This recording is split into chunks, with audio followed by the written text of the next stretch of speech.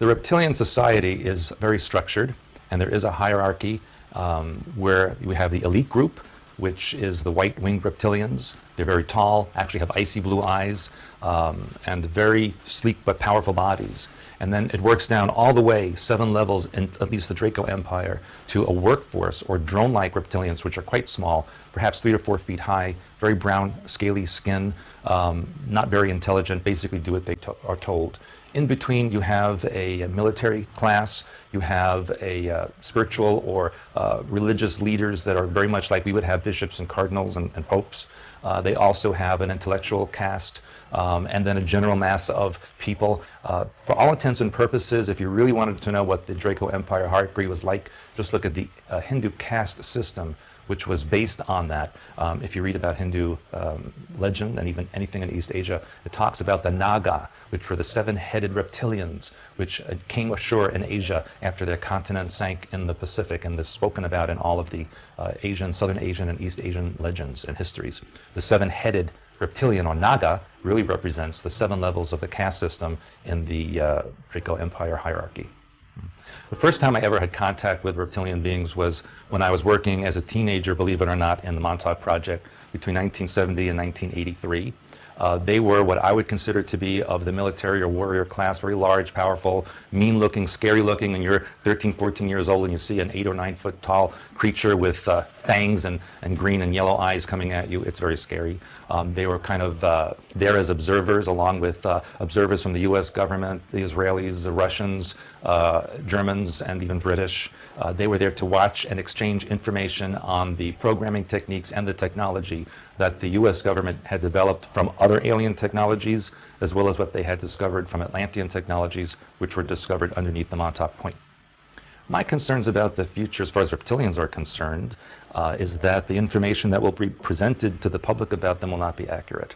I know that the US government and basically the world government is preparing to unleash a staged alien invasion on the planet, meaning they will use the Blue Beam Project, which is holographic technology, which can be picked up on radar and actually heard and felt by those on the surface of alien beings, or at least vehicles attacking this planet.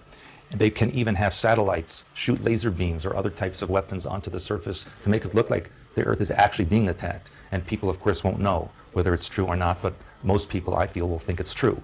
Then they will have reptilian beings come and become the savior race, chase away this invading force, which, as we have seen in the last couple of years, there's been meteorites, comets, other space debris, even ELF transmissions that have been bombarding the Earth and passing by the Earth. And scientists say they didn't see it coming, they didn't know where it came from. It'll then be revealed that the attacking race was hurling these objects at the planet as a weapon. And so the reptilians will chase them away. They will be hailed as saviors. Then they will have information saying that human beings on the Earth having reptilian DNA are actually descendants of this savior race, so we are related. They're like the mommy and daddy race of human beings, which in effect is true, but not in the way that it will be presented to the Earth. And then they will have a staged second coming of Christ, who will say that this is his new holy empire, and that we should welcome these races. And that is why the Vatican in recent weeks and months has stated that aliens or extraterrestrials are our brothers in Christ, and we should accept them and embrace them. This is all preparation for what the government has in store for humanity.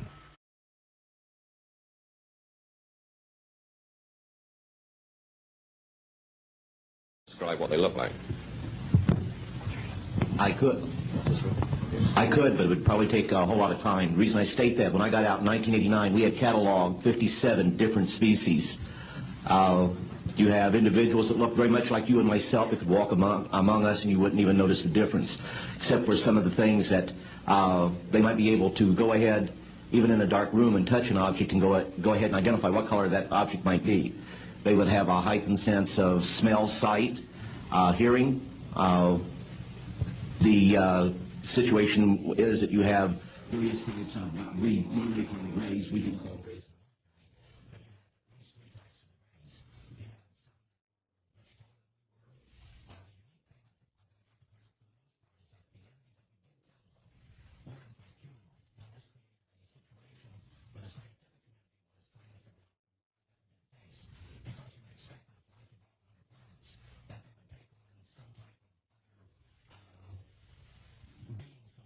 not necessarily look humanoid or be bipedal such as we are.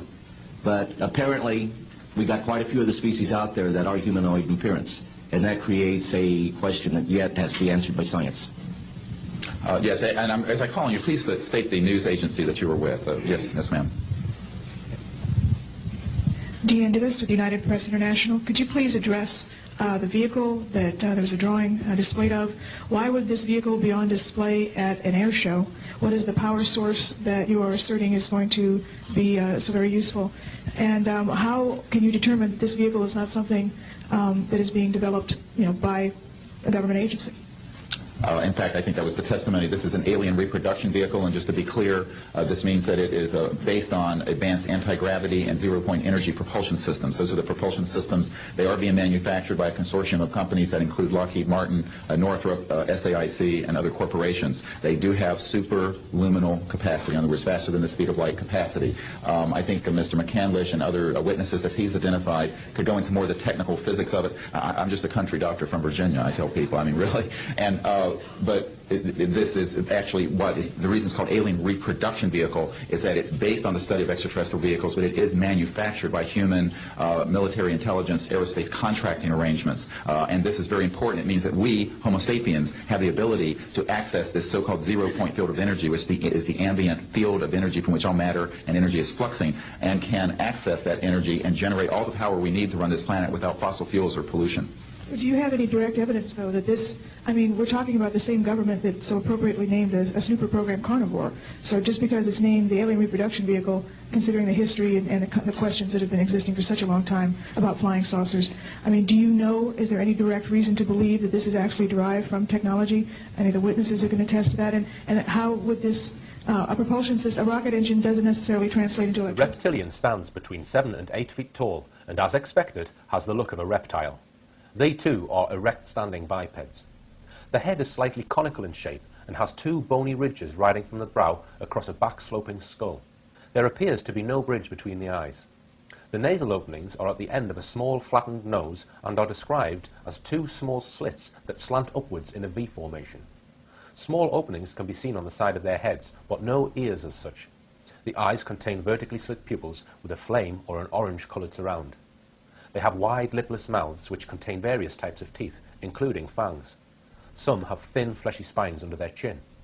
Their skin is scaled, usually greenish-brown or light grey in colour, and hairless. The scales on their backs, thighs and upper arms are quite large, with hands, abdomen and face being covered with smaller scales, allowing more flexibility. Reptilians' bodies are lean and firm with powerful arms and legs, long arms and 3 fairly long fingers and an opposable thumb. The feet have 3 toes and 1 recessed 4th toe that is toward the backside of the ankle. Claws on the hands and feet are short and blunt. They do not have teeth on their upper torso, and there is no navel. How do they behave? The ruling caste of indigenous reptilian consider themselves to be the genuine natives of the earth, and humans to be squatters. A group of reptilians is known as a hive, and the race is absolutely void of any care, concern, or compassion for human beings. The worker caste can be friendly, as long as they are allowed to speak first. They will answer if you address them, are very cautious beings, and consider most humans to be hostile. They usually seem surprised when they find that most humans are open and trustworthy. The working caste is generally used for physical labour, and they have a no-nonsense, get-back-to-work attitude. They have a different attitude to time than humans. It is not as important to them in the way that it is to us. What do they eat? Meat, insects, and a large variety of plants, including vegetables and fruit. They prefer their meat raw and very fresh, but have learned to enjoy some cooked meats, like rare beefsteak. Unlike the Greys, they eat frequently, and usually carry or send for food during their breaks. The ruling caste is very secretive about their food, preferring to eat in private. They enjoy much of the same food that humans do, and are often seen secretly munching on a freshly found snail. Where do they come from? Earth. Yes, Earth. An ancient extraterrestrial race of reptilians inhabited the Earth many years before man. Would you invite one to meet your mother? You could possibly invite a worker caste home for tea, only if you had established some trust first with it. This would involve being totally subservient and only speaking when spoken to. You would need to warn your mother of the guest's appearance in advance. That is, a 7-foot-tall lizard, and then ensure that she understood not to speak first.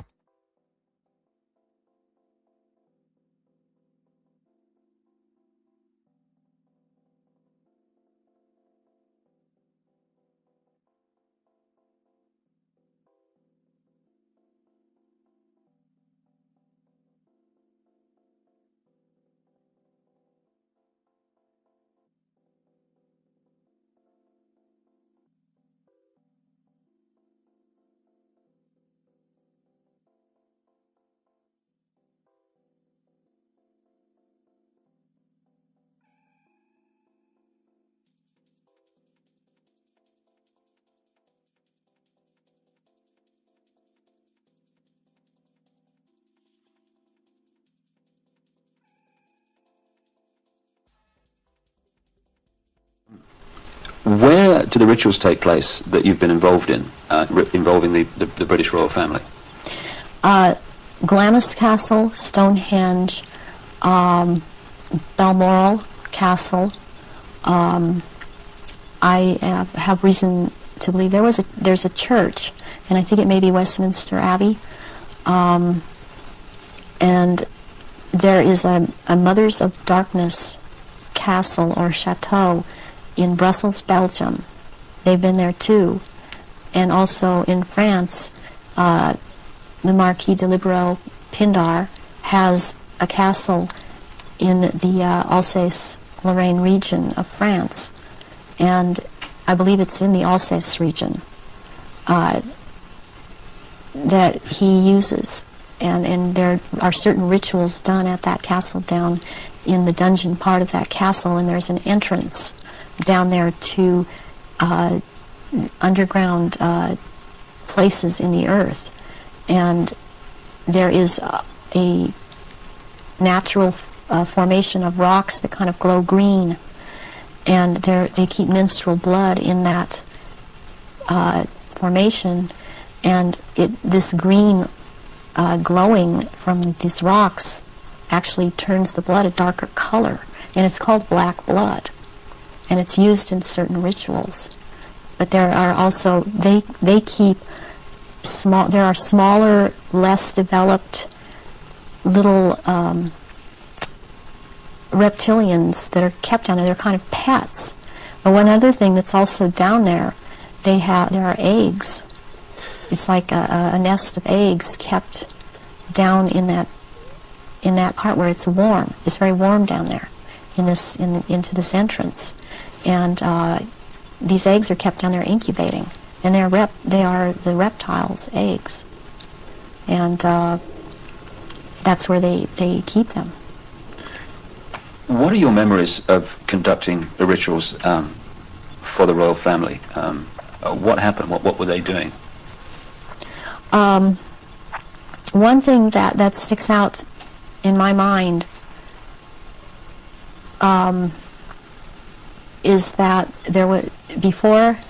This was back in the late 70s. This was before Charles was married to Diana.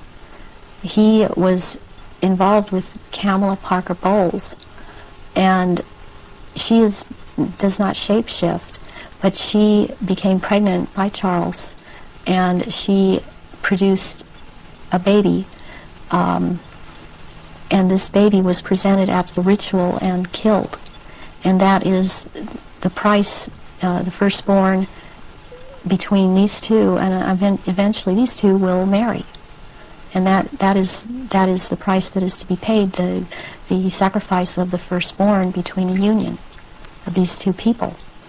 And I've seen that there.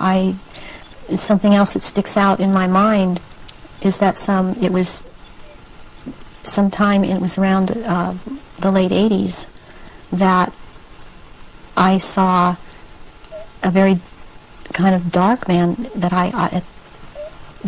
he was Arabic.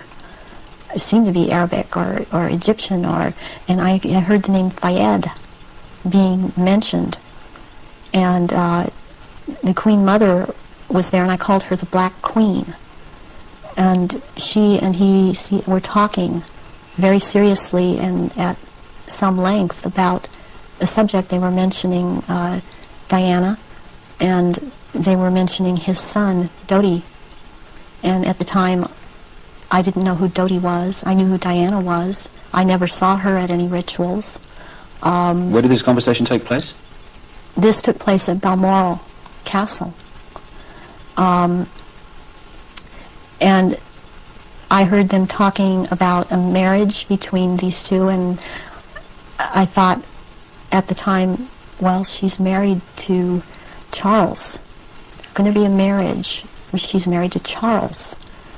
I didn't understand why the Queen Mother and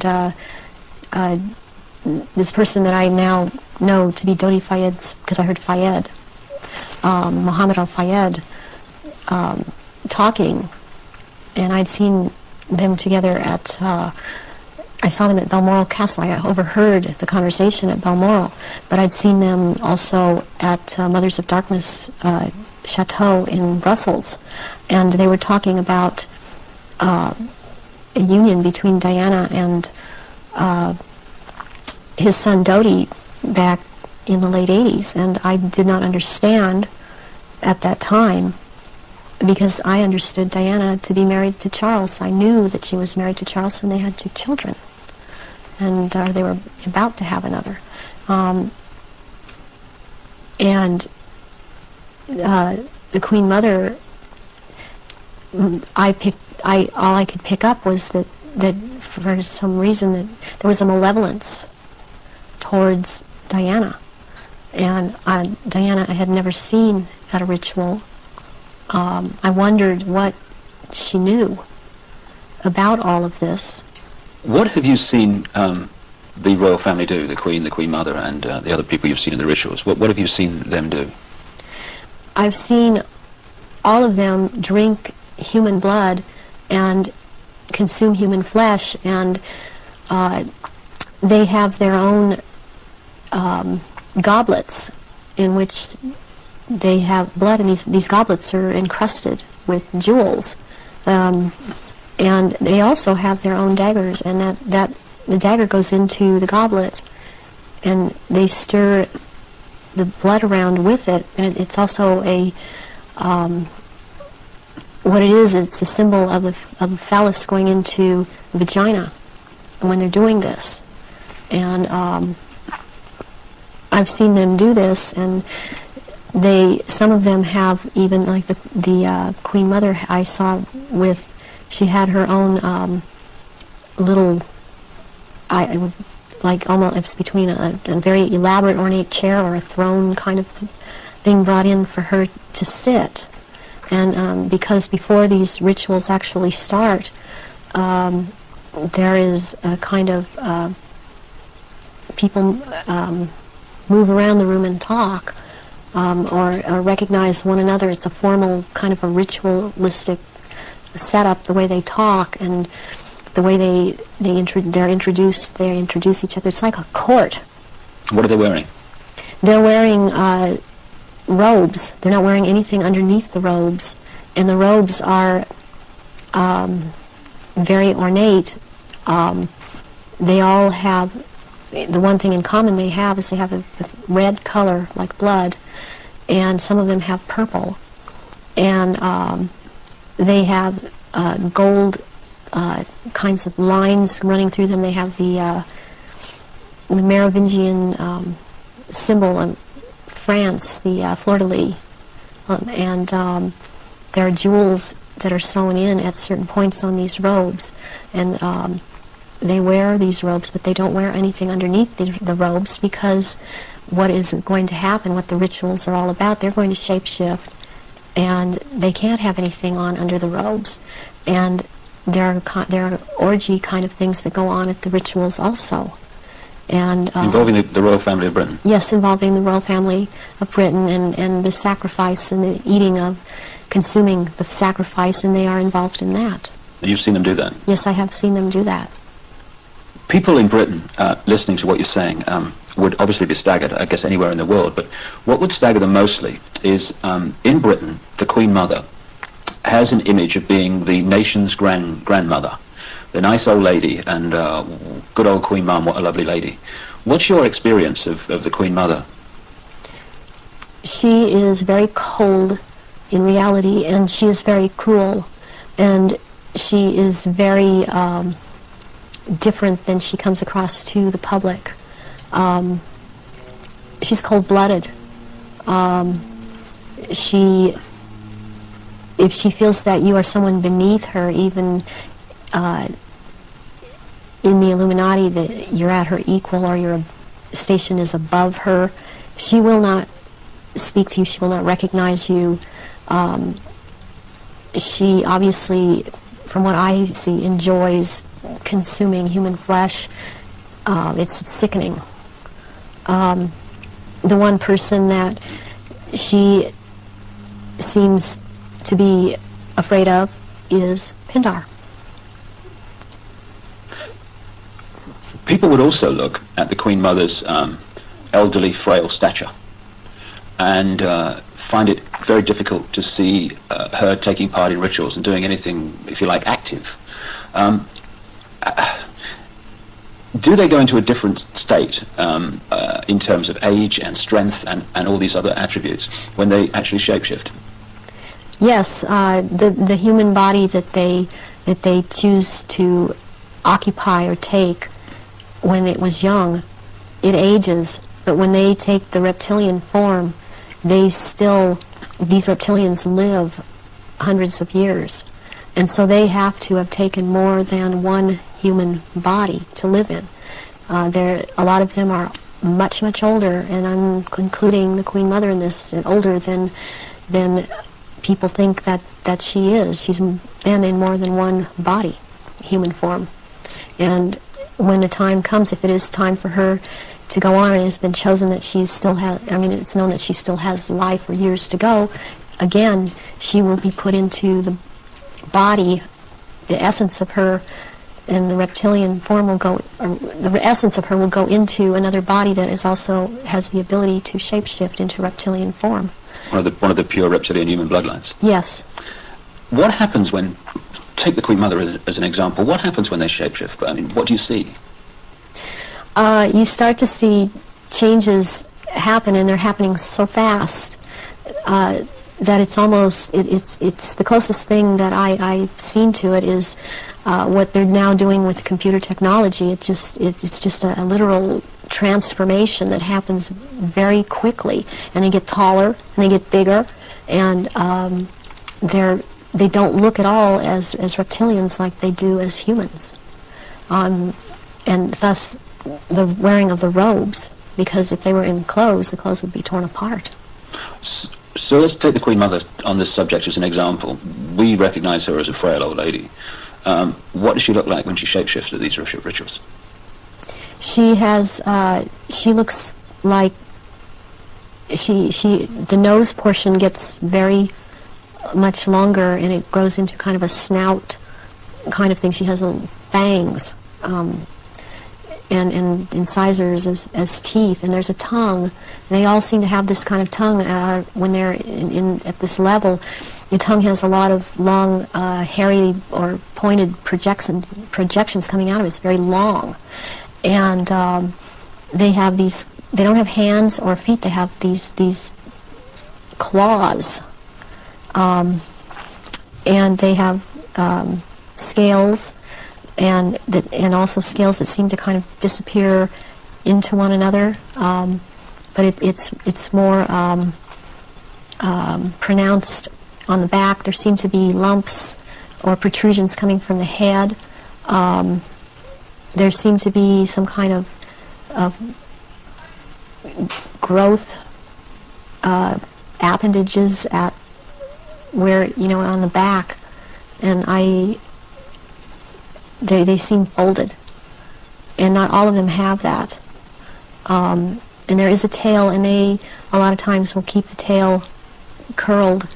And and I've seen her when she's very displeased with something, as I've seen other members like this. This tail is whipped around, very agitated, and they do, and she hisses. What color are they? Which one in particular? Let's take the Queen Mother as an example. She's kind of a beige color on the underside, and by the time you're going up around to the back and the tail and the top of the head and on top of the nose, snout, whatever, it's coming to a very, they're dark speckles or large speckles of dark browns. And the eyes, usually, they're large, they look like, they're very round, and they look like they're coming out of their sockets, and very protruding, and usually the color ranges from a beige to a gold to a dark greenish gold, and then there's this dark slit up and down, a vertical slit, and the eyes will look hooded, and when they look hooded, it's a very frightening thing because it seems that when the eyes are hooded, they're about to do something. What do you mean by hooded? The lids come down, and it's almost, I guess it would be the same thing in a human as an expression of someone's got an idea. And how tall are they when they shapeshift? They're just about 7 feet tall. Some are a little shorter, or to a foot shorter. Some are a little bit taller than 7 feet. So what would the Queen and Prince Charles look like in their reptilian form? As to height? As to general appearance? Well, Charles resembles in both ways, in human form and in reptilian. He resembles Pindar. He's shorter though in reptilian form than Pindar, but the way that the reptilian, the nose shapes into the snout at that point, and the jaw becomes the underpart. It's very much like Pindar, and his mother doesn't look quite the same as he does. But what does the Queen look like? The Queen, she's darker, not quite so pale. She's darker.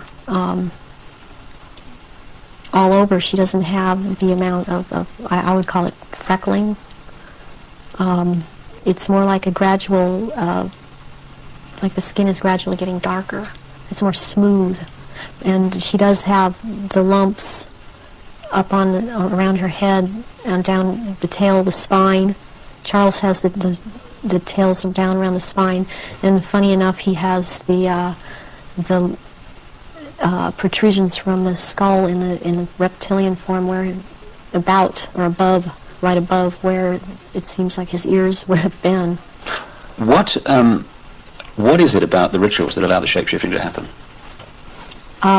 When the victims are starting to be sacrificed, it's the scent of the blood, and they start shapeshifting at that point in time, and they can hardly wait to get to the blood. It's like they're addicted to the blood, and then the consumption of human flesh that follows. What have you seen the Queen or any of the royal family do in relation to that? Have you seen them sacrifice and consume human flesh? There are certain times when they will actually do a sacrifice, or there will have been someone doing a sacrifice, and it's not happening fast enough for them. So they will step in and finish it themselves, because the ritual has to be gone through. It's sacrificially, ritualistically, it has to have been gone through, and they will step right in and just start tearing the throat out. And they're getting all this blood from the jugular vein at the same time, and that has happened when there are many there that are going to be sacrificed, and they just can't wait, and tearing into the contents of the abdomen and stomach of a victim afterwards. Who have you seen do that? I've seen the Queen Mother do that, and Prince Philip and Charles. I've seen Guy de Rothschild do this. It seems that I've seen it more among royalty, or so-called royalty, do this than people that are not titled. That they don't seem to. They seem like it feels like they don't dare, but they shapeshift nonetheless. But it's like the royals that step in and just start tearing away, as they can hardly wait. How long can they hold the reptilian form in these occasions? During the rituals, it's much easier for them to hold their reptilian form. They can stay in that form. What it is that they have a hard time holding their human form. And as long as they're around blood and the scent of blood, they can't hold human form. Right. Where do you think the story of Diana fits into all this? In terms of the ritual that you know about and the royal family background that you know about. What was all that about? What happened in Paris? Diana was a ritual sacrifice because she's named after goddess Diana. She was chosen from before birth for the purpose of which she served.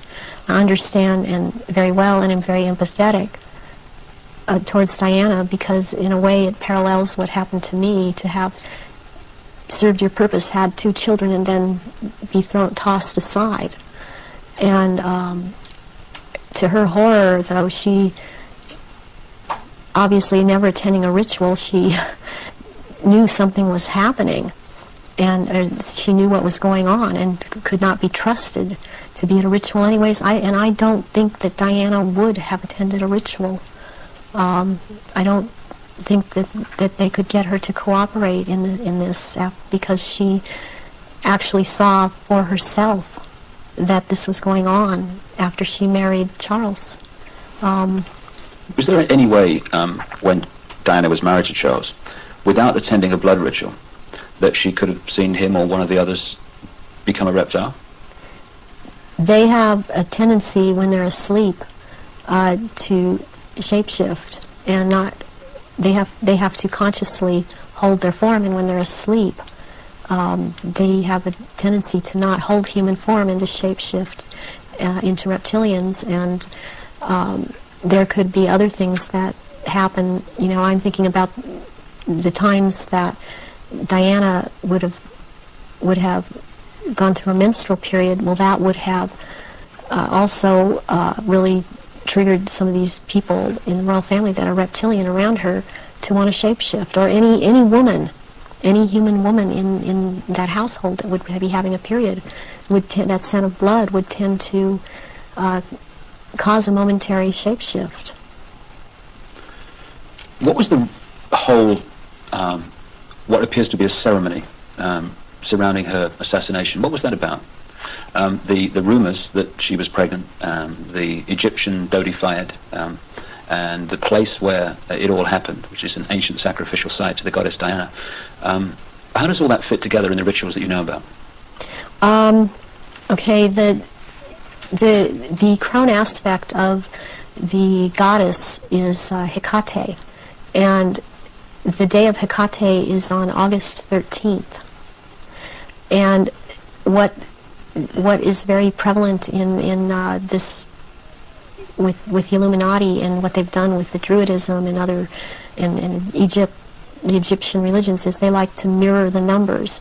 And so as like, for example, with the goddess Isis, her number is 18. When you mirror it, it's 81, and that is the number of the sister of Isis, Nephthys. And Nephthys was considered the evil sister to Isis. With Hecate, what I think happened here is that she was sacrificed, and it was a very important sacrifice because 3 people died, and it was a picture of the triad of Isis, Osiris, and Horus to them. Horus being the unborn child of Dodi Fayed that Diana carried and was 3 months old, which is another very important fact, a number that's important to them, to be 3 months old. Sacrificial babies are taken in utero at 3, 5, and 7 months. And when I heard about this was a deal that I understood now had gone down. And she had to die in that tunnel because that tunnel's the passageway for Diana, the goddess. And she died at the 13th pillar again because of Hecate. And she died on the 31st because it's the mirror image of 13. And my understanding of what I get inside of me, and because I was told by Baron Guy de Rothschild last beginning of February, when he was in this country and he was there to try and reprogram me again and impregnate me, was that he was in the tunnel. That night he had to be there, because not only was it a ritual death of Diana, this was also about taking her soul. And he was taking the soul of Diana, which no one else there could do. Whoever was present there could not do it. He could do it. And he was in France. This is the hypnotic stare you talk about. Yes. And drawing in the breath. And he had to be there to do this ritual killing, this ritual murder. This would mean that the ambulance team and a doctor that arrived within a minute of the crash coming the other way must have been in on this whole deal, or at least the people in charge of the ambulance team. From your experience of the kind of people involved in this Illuminati satanic network, do you think that's possible, that they could set that up? Yes, I do. I've seen a lot of things set up that if you did not know, if you weren't in on the so-called inner circle, or know what the Illuminati can do, because they depend on people not believing they're really there, you would not, you would have a hard time believing it. I personally, I brought David Icke to America. He was in America because I brought him here personally. Yes. And so I'm saying that I am totally convinced, beyond a shadow of a doubt, for myself, that there are such things as reptile aliens. Though I have never seen one, thank God, but I totally believe they're here. Not because of David Icke, not because of Prito Mutwa, who I love listening to, wonderful, fascinating man. David Icke has done great stuff. But I believe there are reptile aliens here because of my own personal research. You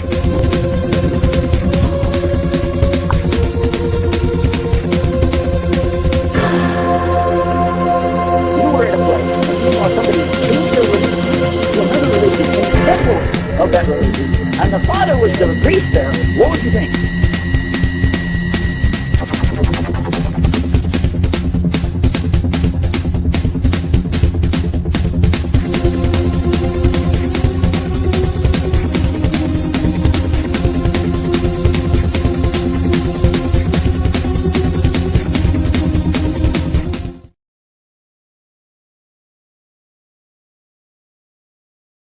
Taken part in these rituals that you've conducted.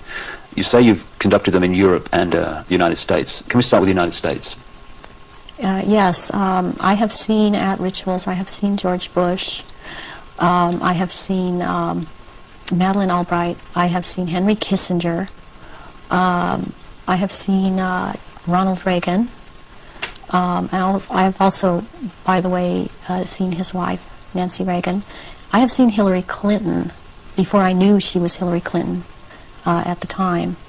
At these rituals, she is involved. The other people that I have named and I've seen shapeshift into reptilians. I have not seen Hillary Clinton actually shapeshift, but she is involved. I have seen the two sons when they were young, the two sons of George Bush present at these rituals. Are these the sons that have become governors? Yes, one is in Florida and one is in Texas. I have seen, did I mention Jay Rockefeller? And he shapeshifts. I've seen George Deukmejian and Ronald Reagan again, having been governor in California. There have been people such as Newt Gingrich. I saw, and I didn't know at the time that he was Newt Gingrich. I recognized that he was Newt Gingrich when Clinton came into power, and after he was, Newt Gingrich was then elected Speaker of the House, and I was horrified to realize that this man was also there. All of this has affected me to the point I don't vote. All of these people seem to all be connected to the Illuminati, and I don't feel like being part of of having anything to do with them. Presidents like Carter and Ford and Clinton. I've seen Ford there. Gerald Ford. Gerald Ford, yes. Are they all reptilian bloodlines? I haven't seen Carter shapeshift. You've seen him at rituals, have you? Yes. Gerald Ford, I have seen shapeshift. And Johnson, also. Lyndon Johnson. Lyndon Johnson. Also, Dr. Joseph Mengele, who took me around to these rituals a lot of the time, was also a shapeshifter. And there were also people that there are people in the European countries that I've seen shapeshift and be involved. And this it doesn't surprise me any more than it does the people in this country doing it. Is just for some reason more shocking, and it cuts even deeper, because I've seen the Queen Mother there, and I have seen the Queen there. I've seen Princess Margaret there. I've seen Charles there, and they shapeshift. And I have seen this. And I'm not coming up with his name right now, but he was president in France after de Gaulle. He was there. I've seen him there. I've seen the Rothschilds there. I used to see the Rothschild that lived in England there, but the one that still goes there and is a shapeshifter, Guy de Rothschild, Baron Guy de Rothschild, has been to all of these rituals and has been over in this country under the name of Dr. Barrington and tried to program me and has impregnated me several times with eggs that were taken from me years ago and were impregnated with semen from Pindar and then placed back into my uterus. This has happened to me twice, once at age 39 and this year right before I turned 43. And I had told my therapist ahead of time before I ever could have known that this had been done to me. And it's happened at a certain place in where I have been living in the San Fernando Valley. It's happened at a house on Tyrone Street in Sherman Oaks. And my understanding is that there have been other survivors that have talked about this location as having been involved with programming and so on. And he has, Baron Guy de Rothschild has tried to program me. All these years he has been trying to control me, get me back under control. And the Marquis de Libero is someone else that attends all of these functions and is, since he is the one in power, he attends all these functions. I have seen Tony Blair there, and he shapeshifts. I have seen Prince Philip there. They all have their quirks as to how they act, even in their reptilian form. And they all, I mean, they act. They don't act all like robots, but they have their quirks. They have their so-called personalities, but they are all cold-blooded. They would kill at the drop of a hat. I have even, since I've seen the picture of some people that are talking about this subject, I've seen them. When I've seen their pictures, I recognize them. I did a double take a few weeks ago when I saw again someone who's been talking about around this subject, and it seems to be popular right now. Who's that? This man by the last name of Sitchin. I've seen at rituals, and he is a shapeshifter. And I did a double take when I saw when I saw the picture of him, because I recognize him. And there's another person that I've seen, this Gardner, Sir Gardner. That Lawrence Gardner. Sir Lawrence Gardner. And he had recently written an article that was out in Nexus magazine. Part of it was about the menstrual blood, and what really triggered me was when he called it Starfire, because that is the name of one of the aspects of the three women who are the dressed mother goddess. That is my name in all of this.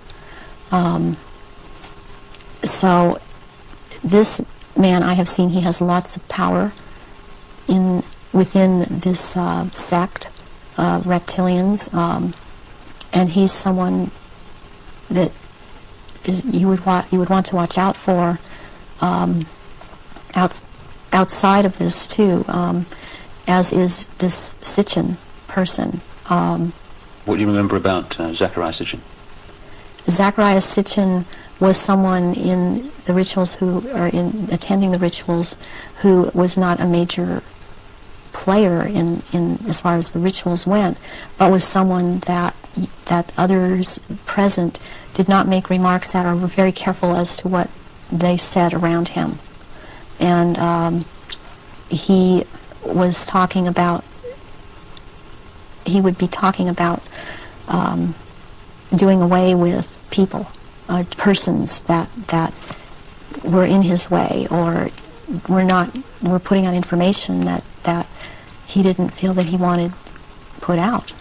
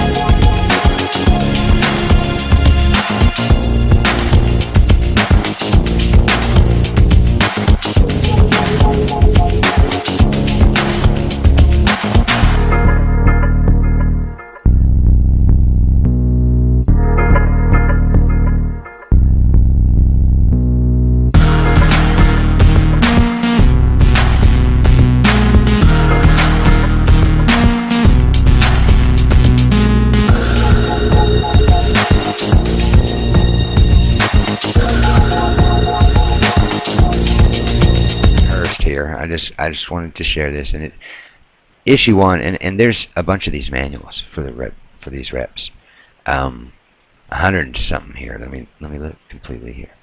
We've got 198 manuals. Okay, 1 to 198.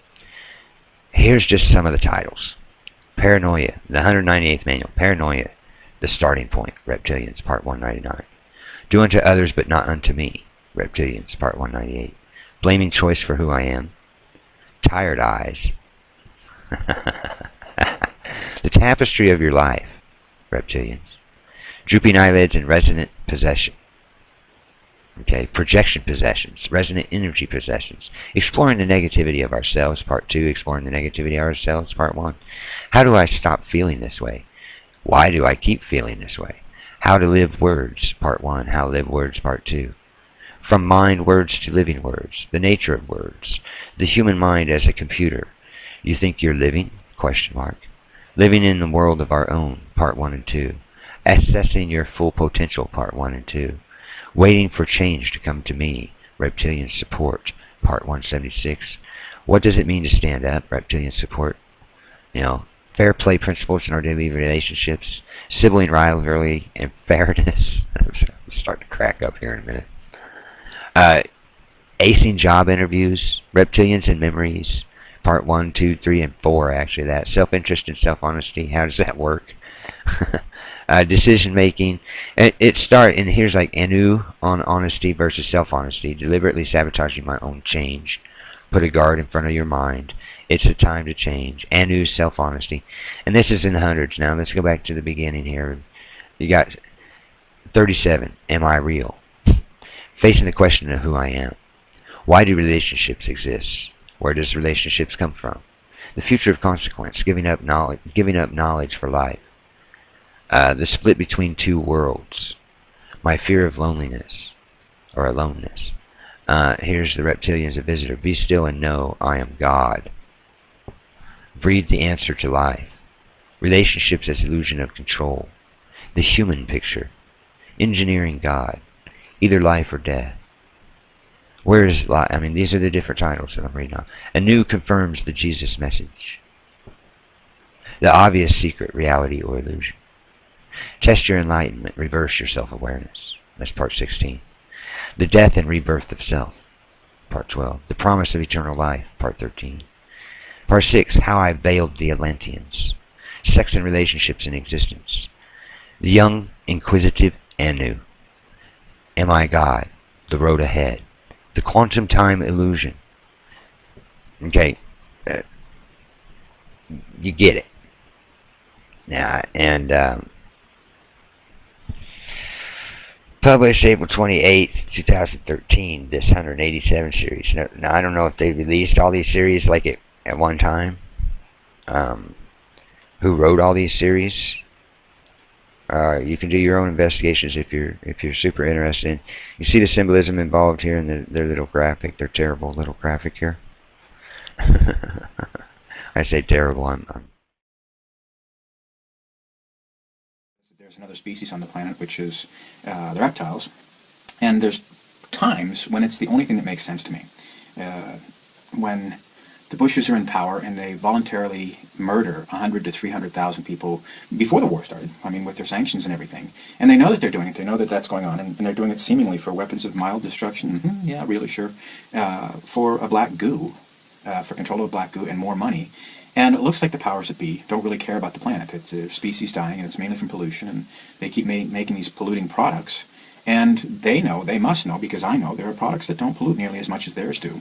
They're renewable fuels, reusable fuels, but these people in charge, and I use the word people loosely, seem to think that nuclear energy is a good way to make energy, and fossil fuels, burning fossil fuels, when there are known ways to do it otherwise. George Carlin, I watched the other day, well, it was a YouTube, but that's the neat thing about YouTube, even people are dead, you can watch. Call them our owners. He said, your owners don't want you to do this, and your owners don't want you to do that. And I think that the owners of the planet don't really give a shit about the planet. They don't care how they destroy it, what they do to it. So I say that you hear the helicopters running in and out of the valley as the reptiles come in. Our owners are here, I think. Maybe I'm a little bit short-sighted, but that may go with the rest of my life, looking into the valley and hearing my owners drive in and out. But I don't have another explanation for it, as I said. Why these people meet and see how they can uproot the rest of the economic policies when there's enough money, enough food, enough energy for everybody on the planet. What has to be discussed? I don't know. How to make them more money? That really would seem ludicrous to me. But nothing makes sense to me.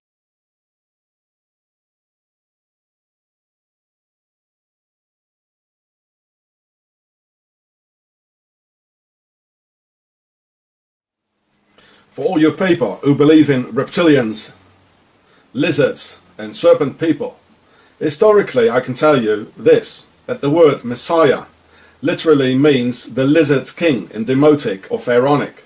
And apparently there are quite a few people in various religions around the globe who wait for the return of the Messiah or lizard king. So as a historian, I cannot tell you if the reptilian theory is correct or not, but historically I guess I can live with it, because the enemy within is very, very real, and They're not like us. So here we can see on his head the thing for the circumcision again. There, see? So apparently the circumcision thing has to do with the reptilians, or in this case, Sobek,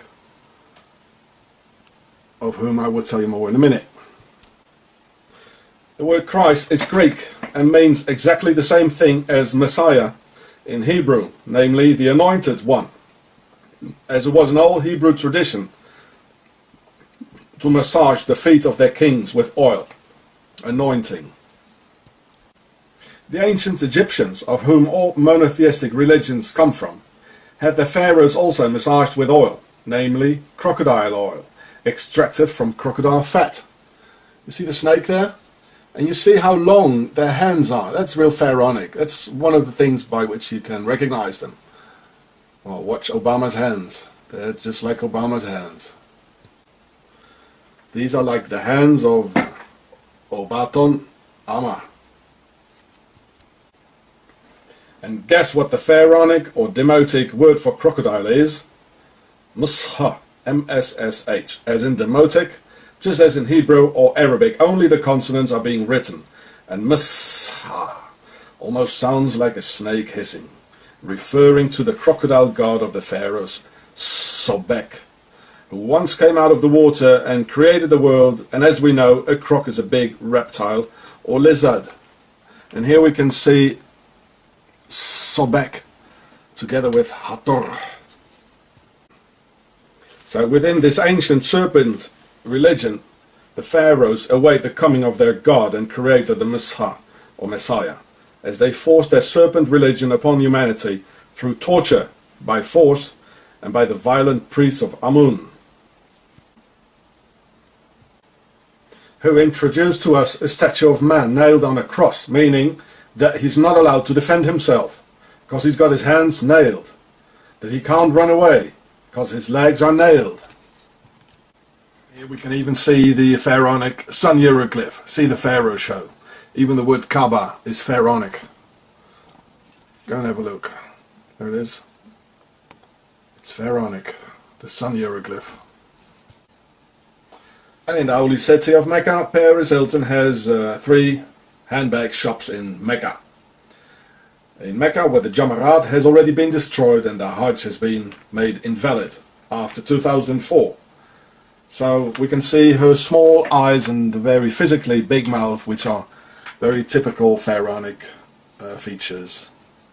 So Mrs. Pharaoh in Mecca, where she's being protected by the all-seeing eye of the Saudi police and the Saudi pharaohs. It's all pharaonic, guys. And they don't want the Muslim to stone the obelisk, so that's why they blew it up in 2004. I can tell you one thing, your religion is gone. It's finished. And the pharaohs, as Mrs. Hilton here, are definitely heading for a one-world religion altogether. As Mr. Hitler already said, one people, one Führer, one religion, etc. One people. The Freemasons called the Msha, or Lizard King, Adonai, which is a Hebrew word meaning sir or mister, and where the word Don, as in Don Quixote, derives from. So here we can see the Templar symbol here. Look, there it is. As we can see on all the tanks, it's the of the NATO, you know, in Iraq, and the Israeli army has it as well upside down, next to Horus. So this is the symbol of the statue of Horus. Yeah, well, and the Masons, they came out of the Templars and founded Switzerland, their base. There's no doubt that we are not from this planet, because we are not adapted to it at all. We have to put on clothes, otherwise we're cold. We must cook and boil everything, otherwise we can't digest it. And we must put on shoes and socks on for not hurting our soft extraterrestrial feet. And there's no evolution either, otherwise we would have furs and claws. No, we're not from here. Our creators have most probably been conquered by the ones who fight others from the inside by infiltration. who have Octagon, Switzerland as their base, and who await Messiah, the Lizard King. As a historian, I don't know if the lizards are here. The enemy within, though, is very real, and there are a lot of historical proofs that the lizards are there, and a lot of religious proofs as well, among others the word Messiah, Mesha, which means crocodile, and the Lizard King.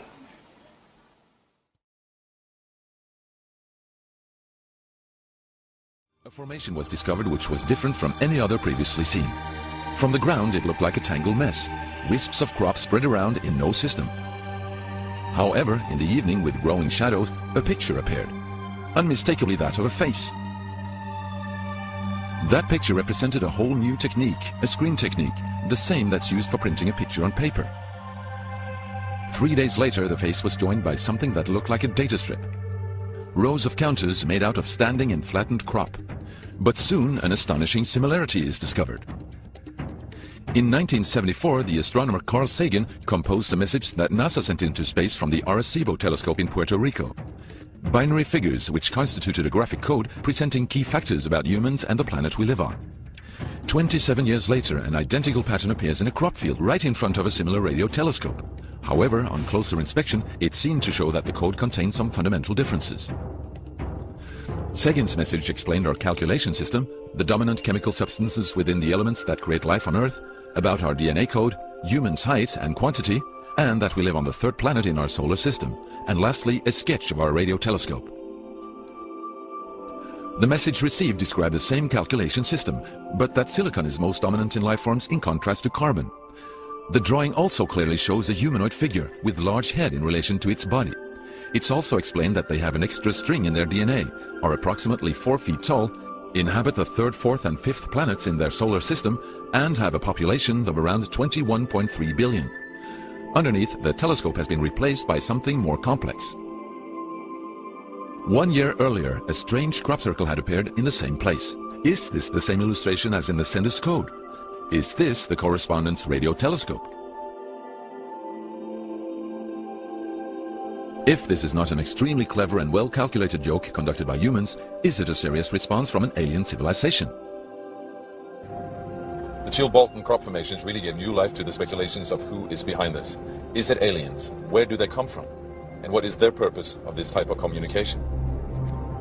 The following year, very nearly on the same day, a new picture appears that gives new force to the alien theory, this time in Crabwood, near the town of Winchester in Hampshire. Once again we see a face, but this time there is an unmistakable resemblance to something extraterrestrial. The picture also contains a print, somewhat similar to that of a CD, with something that appears to be a coded message. This formation also has a new type of design, this time with horizontal line patterns of variable thickness, similar to that of a TV picture. The message on the disc is similar to a spiral band built up of many boxes. But data expert Paul Weige manages to decipher the message. And I had to enlarge the disc quite substantially on the computer and run some image analysis over it to make it clear so that I could see what was a standing tuft and what was flattened. And while I was doing this, I noticed that every so often there was almost a mistake in the diagram. It was like there was a tuft, where the little square tuft, it had done sort of half size. I thought, that's a bit odd, and it seemed fairly regular. I was going round, and I sort of counted up, and it was sort of literally every sort of 8 bytes or whatever. And I thought, oh, 8 bytes, and you know, from the computer side, is obviously some sort of binary code. So then I did the straightforward thing. I just converted it into ASCII, which is the standard sort of computer language that you encode the alphabet in. And of course I then started to get words forming out, and I thought, I'm getting somewhere here. So I then did the whole thing for the whole lot, and got this message. The message is in English and reads as follows. Beware the bearers of false gifts and their broken promises. Much pain, but still time. There is good out there. We oppose deception. Conduit closing. Many have been surprised by this message. Are there aliens with such faces that we should be aware of? Or is this a picture of the sender? Does this indicate the start of actual close contact with neighbors in the universe? My own, and this is only a hypothesis, belief about this, is that there's an effort of the extraterrestrials are gradually trying to communicate with us. A very slow process, giving us a lot of time to digest the fact that we may not be alone here.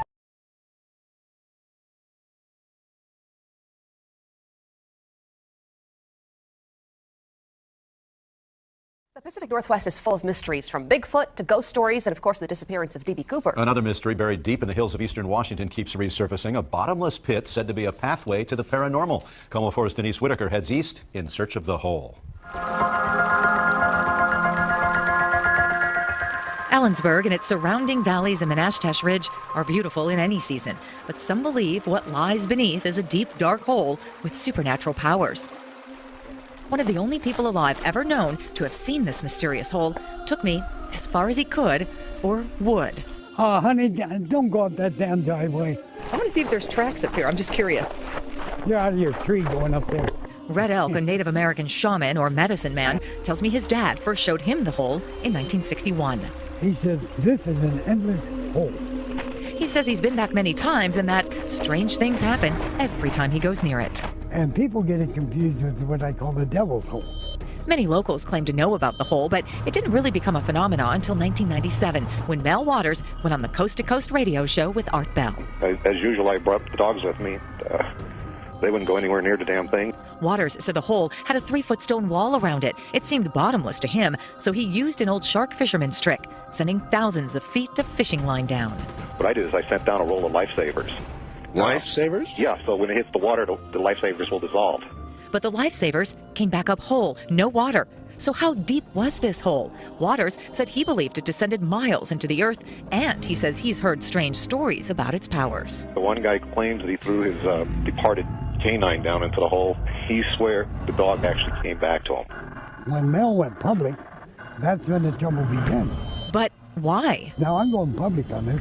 Red Elk claims the government has a secret base there. It's an underground base, a very small underground base. That's how Red Elk explains white boxes covering the area on some satellite images. Is the government covering something up?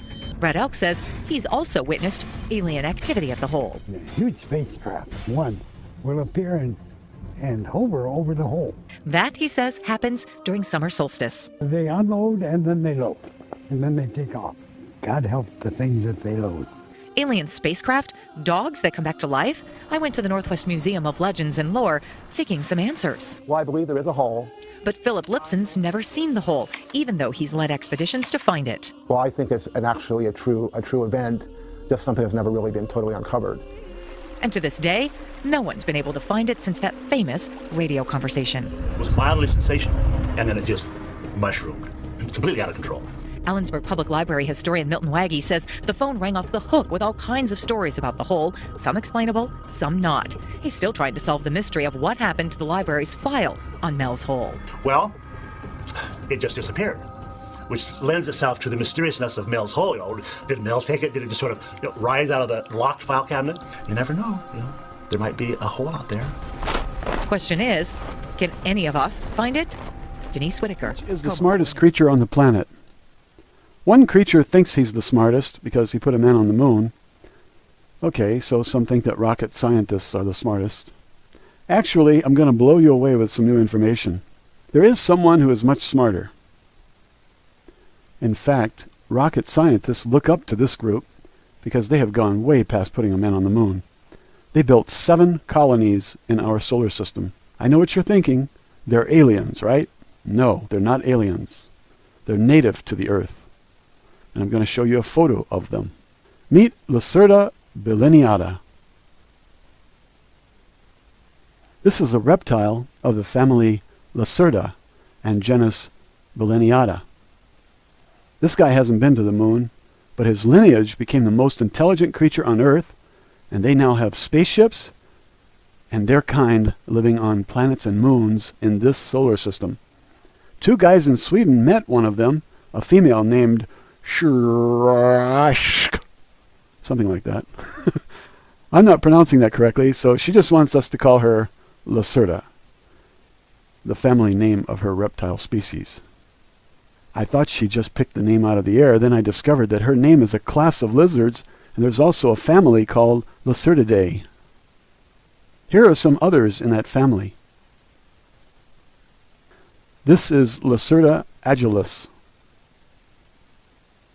And this is Lacerda viridis.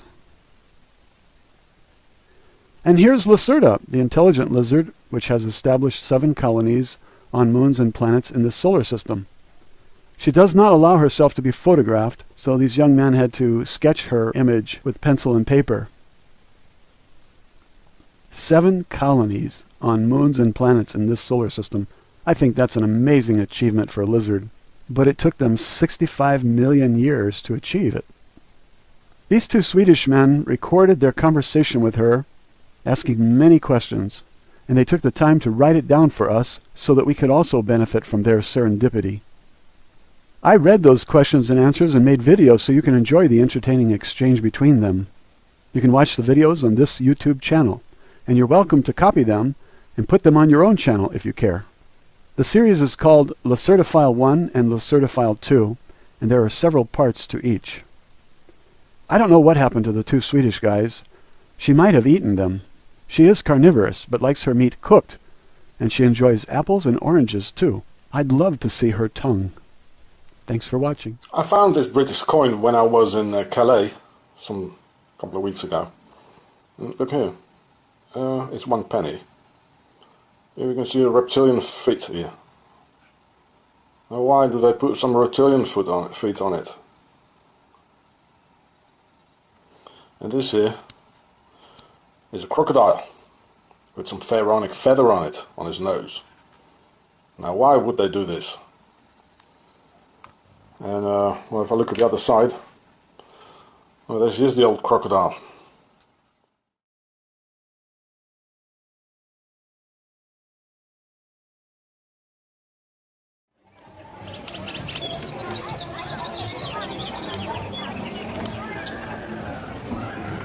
About 12 miles west of Ellensburg, Washington, it was reportedly a place where townsfolk would dump unwanted old appliances, furniture, or anything else they wanted to get rid of, and this had apparently been going on for decades. Yet, in all that time, it never filled up. One story has it that a cow fell into the hole and could be heard mooing until its calls faded into oblivion. Another story has it that a local fellow disposed of his beloved dog in Mel's Hole after it passed away, but the very next day was reunited with it alive and well, seemingly appearing from nowhere and apparently unharmed.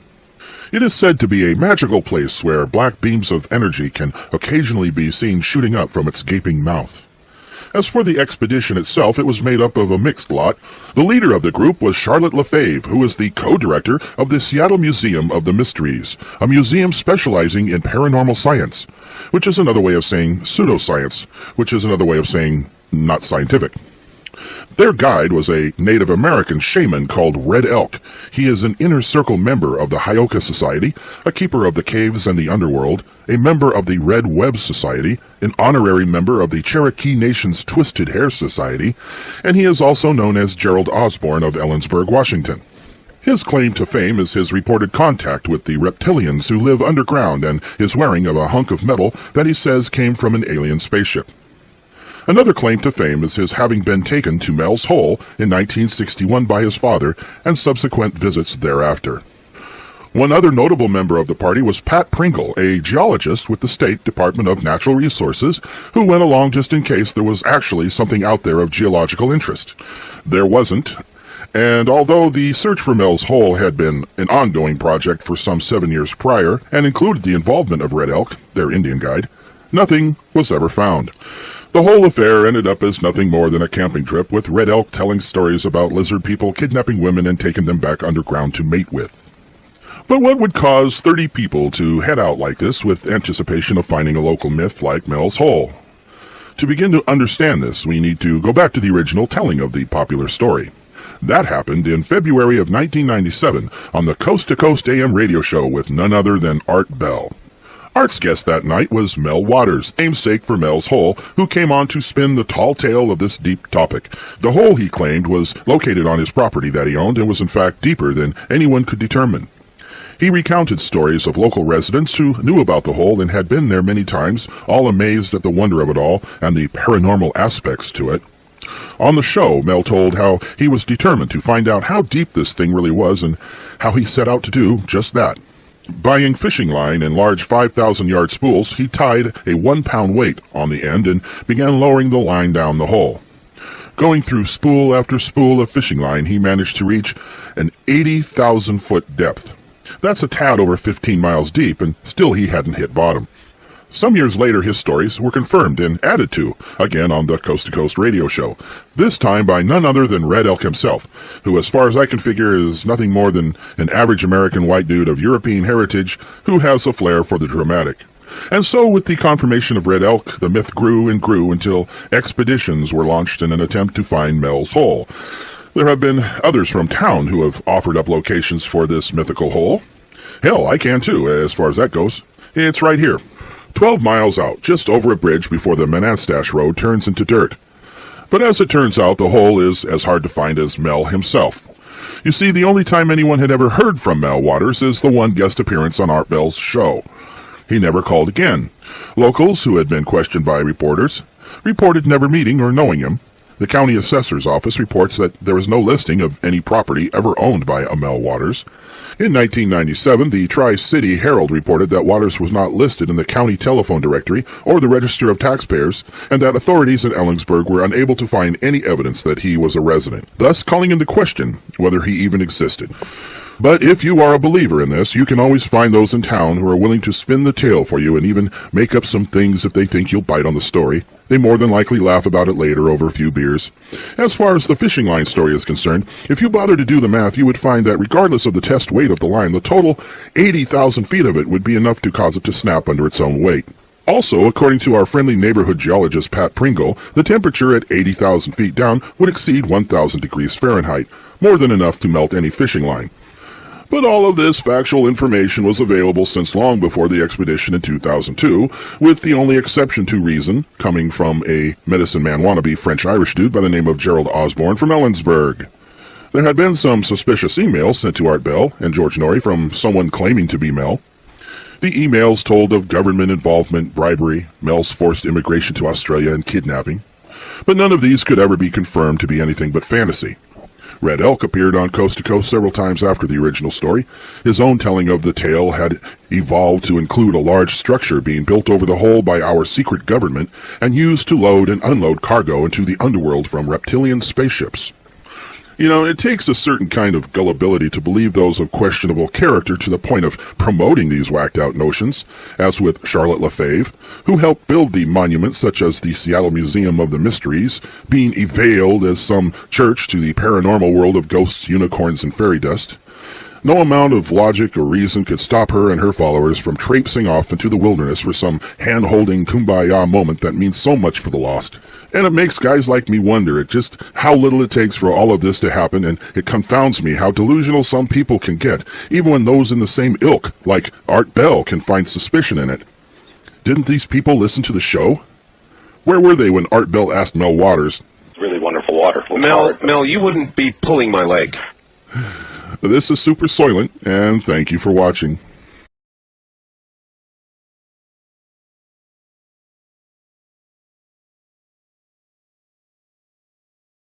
"7,000 crocodiles on the loose." That could be the storyline for the next big Hollywood disaster movie, but this is a reality in South Africa today. 15,000 crocodiles escaped from a reptile farm earlier this week, and only half of them have been recaptured. Most are thought to now be in the Limpopo.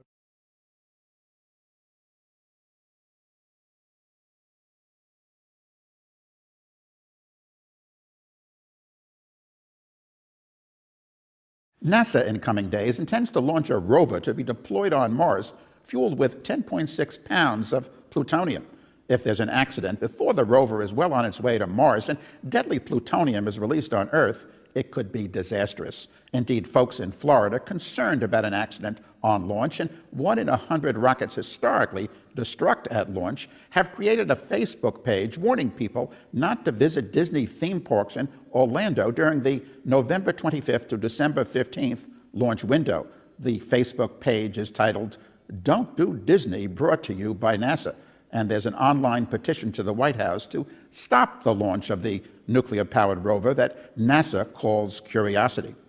There's a significant chance that plutonium could be released. NASA's final environmental impact statement says, overall, it declares, the chance of plutonium being released on the mission is just 1 in 220. An explosion on launch dispersing the plutonium would impact in Florida as far as 62 miles from the Cape Canaveral launch site, says the environmental impact statement. That includes Orlando.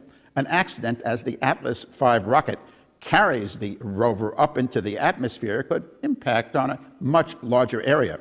If there's a rocket malfunction or explosion and the Curiosity rover falls back to Earth, breaking up in the atmosphere, the EIS says people could be affected anywhere between 28 degrees north and 28 degrees south latitude. That's a band around the midsection of the Earth, which includes much of South America, Africa, and Australia. The cost of decontamination, up to $1.5 billion for each square mile of mixed-use urban area, says NASA in its document. The mission itself has a cost of $2.5 billion. Plutonium is the most lethal of all radioactive substances. A millionth of a gram inhaled can cause lung cancer. NASA, through the years, has sent rovers to the Moon and Mars, which have gotten their power for locomotion from solar energy. It says Curiosity needs nuclear power because it's to go to places on Mars without sufficient sunlight. The mission's aim is to try to determine whether there's life on Mars. Life on Earth is being threatened for that. As the NASA's claim that it can't use solar energy on this rover mission, it said the same thing about space probes sent beyond the orbit of Mars. They, too, needed nuclear power, said NASA, but this August, NASA launched the Juno space probe, powered by solar energy, to Jupiter. Accidents have happened in the U.S. space nuclear program. Of the 26 U.S. space missions using plutonium power listed in the NASA EIS for Curiosity, 3, the EIS acknowledges, underwent accidents. The worst occurred in 1964 and involved the SNAP-9A plutonium system on board a satellite that failed to achieve orbit and dropped to Earth, disintegrating as it fell. The 2.1 pounds of plutonium fuel dispersed widely over the Earth. Dr. John Goffman, professor of medical physics at the University of California at Berkeley, long linked this accident to an increase in global lung cancer. NASA had insisted then on nuclear power for satellites, too. With the SNAP-9A accident, it switched to solar energy on satellites. Now all satellites and the International Space Station are solar-powered. Meanwhile, NASA, the Obama White House, and SpaceX, one of the several corporations in which many of U.S. space activities have been transferred with the end of the shuttle program, are pushing for nuclear-propelled rockets, a return to projects NASA embarked on in the 1950s and 1960s. Although billions were spent, none of these nuclear rockets ever got off the ground, and the program for nuclear rockets was canceled, mainly out of concern of such a rocket exploding on launch or crashing back to Earth. And we would return to this dangerous scheme. If we're to explore space, let's do it safely and not endanger life on Earth. I'm Carl Grossman for... Yeah, oh. 225 of them so far. 225 different people in the Ronald Reagan administration have either quit, been fired, been arrested, indicted, or convicted of either breaking the law or violating the ethics code. 225 of them. And Edwin Meese alone has been investigated by 3 separate special prosecutors, and there's a 4th one waiting for him in Washington right now. 3 separate special prosecutors have had to look into the activities of the Attorney General, and the Attorney General is the nation's leading law enforcement officer. See, that's what you got to remember. This is the Ronald Reagan administration we're talking about. These are the law and order people. These are the people who are against street crime. They want to put street criminals in jail to make life safer for the business criminals. They're against street crime. Yeah, they're against street crime, providing that street isn't Wall Street. And the Supreme Court decided about a year ago that it's all right to put people in jail now if we just think they're going to commit a crime. It's called preventive detention. All you've got to do now is just think they're going to commit a crime. Well, if we'd have known this shit 7 or 8 years ago, we could have put a bunch of these Republican motherfuckers directly into prison. Yeah. Put them in the joint where they belong, and we could have saved the money of putting these country club pin-headed assholes on trial. Another thing you got to remember, this is the group of people who were elected with the help of the moral majority. Elected with the help of the moral majority and the Teamsters Union. That's a good combination. Organized religion and organized crime working together to help build a better America. Another thing.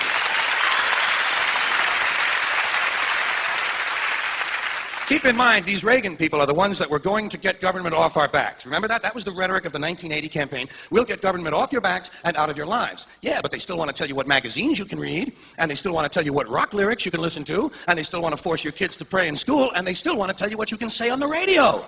The FCC, the Federal Communications Commission, decided all by itself that radio and television were the only two parts of American life not protected by the free speech provisions of the First Amendment to the Constitution.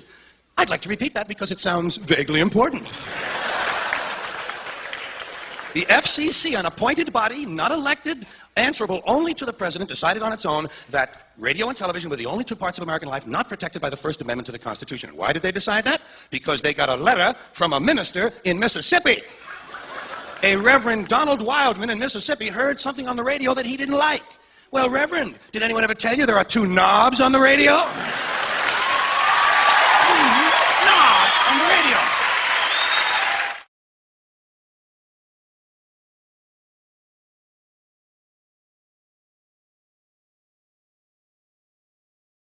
The world.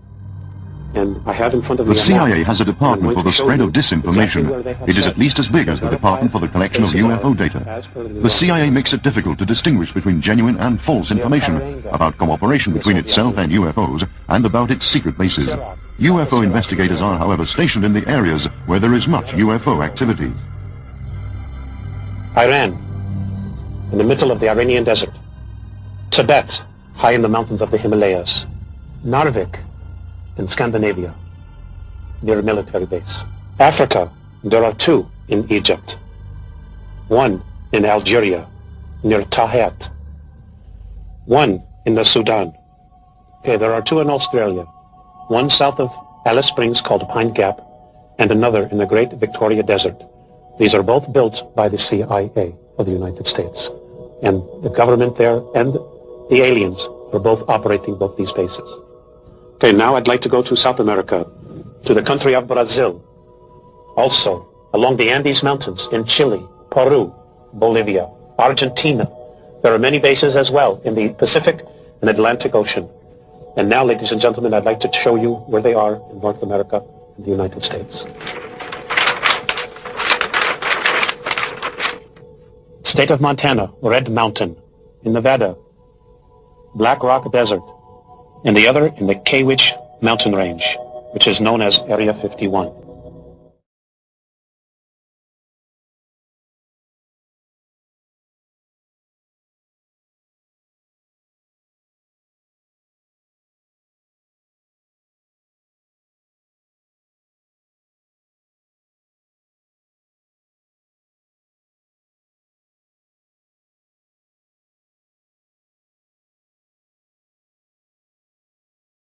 Okay, we just found this out here in the middle of the lake. What the fuck is it? So foggy.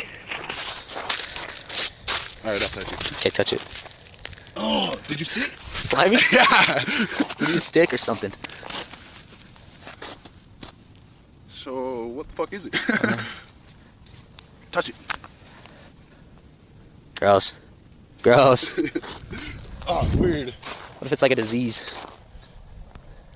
What if it's some of those clams you were talking about trying to find some shells? Might be.